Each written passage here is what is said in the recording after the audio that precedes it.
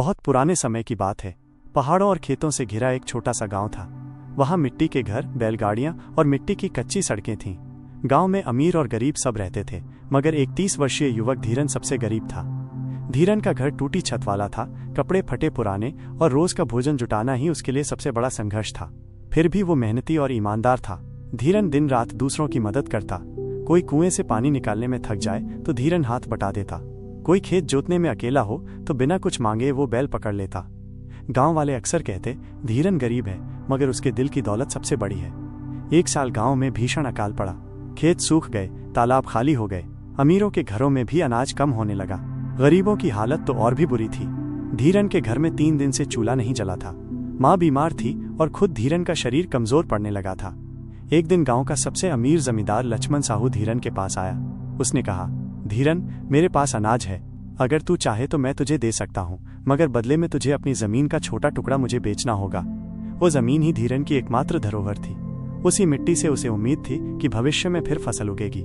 लेकिन माँ की हालत देख धीरन का दिल डगमगा गया। गांव का बुजुर्ग किसान गोपाला काका धीरन को समझाने आया, बेटा, भूख से बड़ी परीक्षा और कोई नहीं, लेकिन याद रख, जमीन छोड़ दी तो वंश की जड़ें सूख जाएंगी। धरती कभी धोखा नहीं देती, मगर आदमी जरूर देता है। धीरन चुप रहा। आंसू बहने लगे, मगर पेट की भूख और माँ की बीमारी उसे लगातार भीतर से तोड़ रही थी। रात भर धीरन सो नहीं सका। वो खेत की सूखी मिट्टी में बैठकर सोचने लगा। उसने अपनी हथेली में एक मुट्ठी मिट्टी उठाई और माँ के पैरों के पास रख दी। उसने मन ही मन कहा, माँ, ये मिट्टी हमारी सांसों की गवाही है। अगर मैं इसे खो दूं तो सब कुछ खो दूंगा, चाहे जान चली जाए, मगर ये जमीन किसी के हाथ नहीं जाएगी। अगली सुबह जमींदार फिर आया। तो धीरन, सोच लिया? धीरन ने दृढ़ आवाज में कहा, साहू जी, चाहे भूखा मर जाऊं, मगर अपनी मिट्टी कभी नहीं बेचूंगा। जमींदार हंसते हुए चला गया। देख लेना, भूख ही तुझे तोड़ेगी। उसी दिन गांव में एक साधु आया। साधु ने गांव वालों से भोजन मांगा, मगर किसी ने न दिया। जब वो धीरन के घर पहुंचा, धीरन के पास देने को कुछ भी नहीं था। फिर भी उसने साधु को अपनी झोपड़ी में बिठाया और घर में जो आखिरी सूखी रोटियां रखी थीं, उन्हें पानी में भिगोकर साधु को खिला दिया।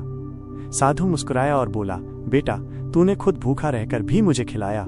तेरे खेत की मिट्टी सोने से भी अनमोल है। कल से इसमें जीवन फूटेगा। रात को अचानक तेज बारिश हुई। सूखे खेतों में पानी भर गया। सुबह गांव वाले हैरान रह गए। सबसे पहले धीरन की जमीन में हरियाली फूटी। गेहूं की नन्ही कलियां उगाईं। गांव वाले बोले, धीरन के त्याग और ईमानदारी ने धरती को पिघला दिया। कुछ महीनों बाद धीरन के खेतों में अनाज लहलहाने लगा। वो अपने घर का चूल्हा भी जलाने लगा और गांव के भूखे लोगों को भी अनाज बांटने लगा। लक्ष्मण साहू ने शर्म से सिर झुका लिया। उसे समझ आया कि असली अमीरी जमीन और अनाज में नहीं, बल्कि ईमानदारी और त्याग में है।